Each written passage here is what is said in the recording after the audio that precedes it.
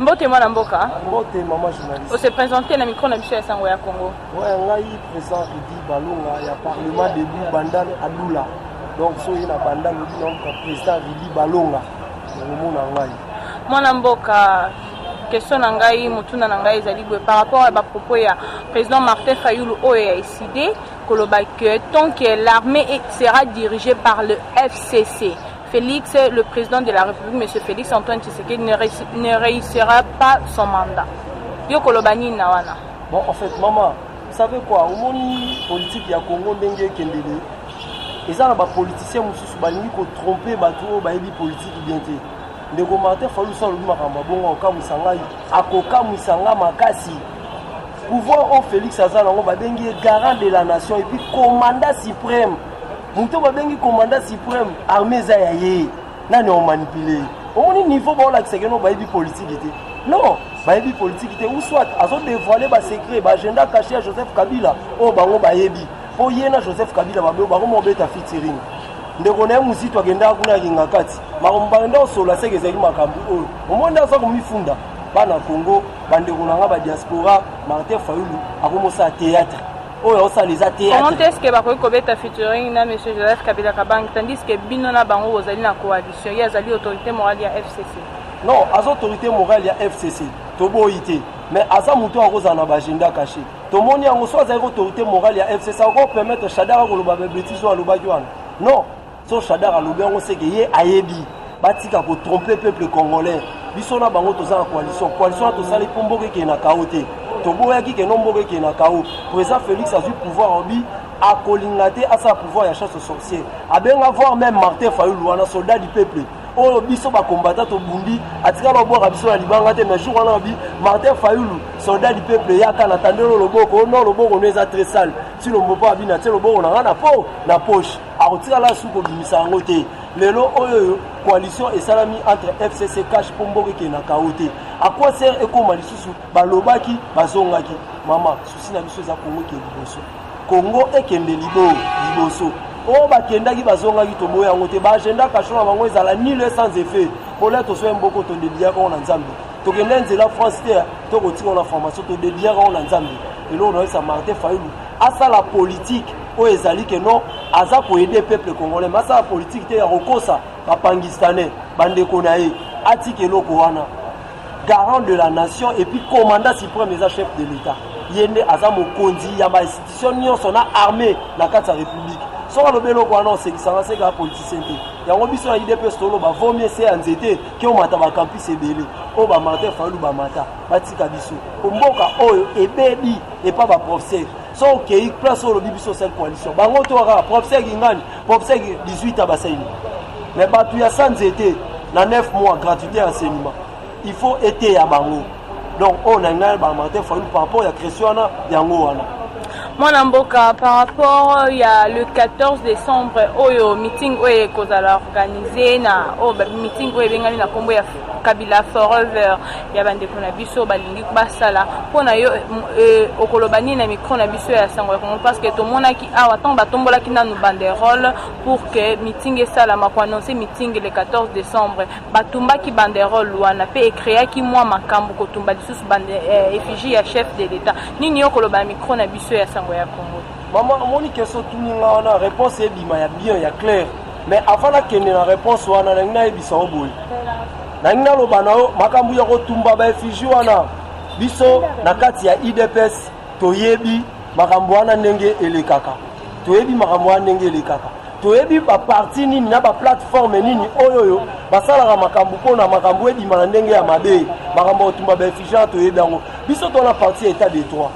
Tolobi démocratie il faut ezanamboka comme tolobi démocratie ezanamboka ndeko Joseph Kabila abeti 18 ans à pouvoir asolola na été na ba congolais soko lobi ndenga tiki pouvoir solola ba congolais photo se pe anango tobo yango poani eza meeting soko oleka aleka yebisa biso lobala biso ni na meeting wala po azoka pouvoir sa elote siko ndenga tiki pouvoir elo ni olobeza important concernant makambo tumba ba FJ mama toyebi bato FCC carte monde bazaka nango effigie na batumba na bango moko bayebi yango baje ya mova nga na otanga kombo baje na ye na Shadari batinda bamilitaire bango bakata mpo baloba o PPRD FCC so cache esali boye toyebi makambo wana te biso okipaka bango te biso toyebi ke non ti le moisin na pouvoir il faut toconcevoir pouvoir toyeba ndeni toprotéger pouvoir wana makambo balobaki basala toyebi yango te soko ndeko Kabila alingi koloba aloba baplace eza ebele biso okenda na Sainte-Thérèse so alingi ya na Sainte-Thérèse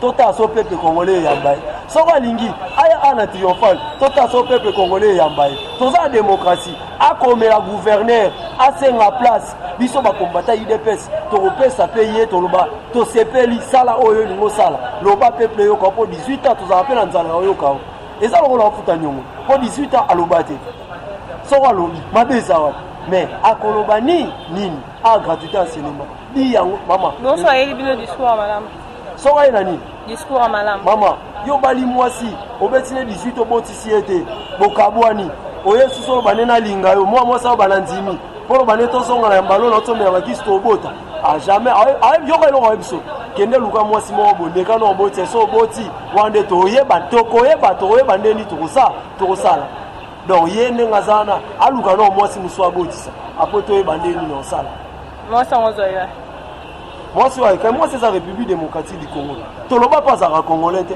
aluka mboka mosusu mpo tomona amemela biso bato kilikili na mboka oyo kilikili na mboka oyo kingani kombo boye place oyo bakei babunda bakomona mboka bato nde banani mama oyo eza Congo oyo eza Congo omonaki chef de l'état ayambaki moko ya barepresentant ya église ya Kimbangwisi alobi bien 5e président tolobaki eza nde yo Tilombo alobi te ko kingani alobi Tilombo bana Congo bozala calme politique biso tosala eza politique to préparaki papa Etienne Tshisekedi l'air akufaki atikela biso livre ya le peuple d'abord toza na programme moko te tosaka programme ya papa boza na bino calme tout est planifié na IDPS tozaka na 3 erreur te toza secrétaire général so Augustin Kabuya toza président ayi na biso Jean-Marc Kabun donc makambo totaye eza kungo tozoke pa papa boza sur Congo bokolia en désordre tosenga na papa na biso Félix Antoine Tshisekedi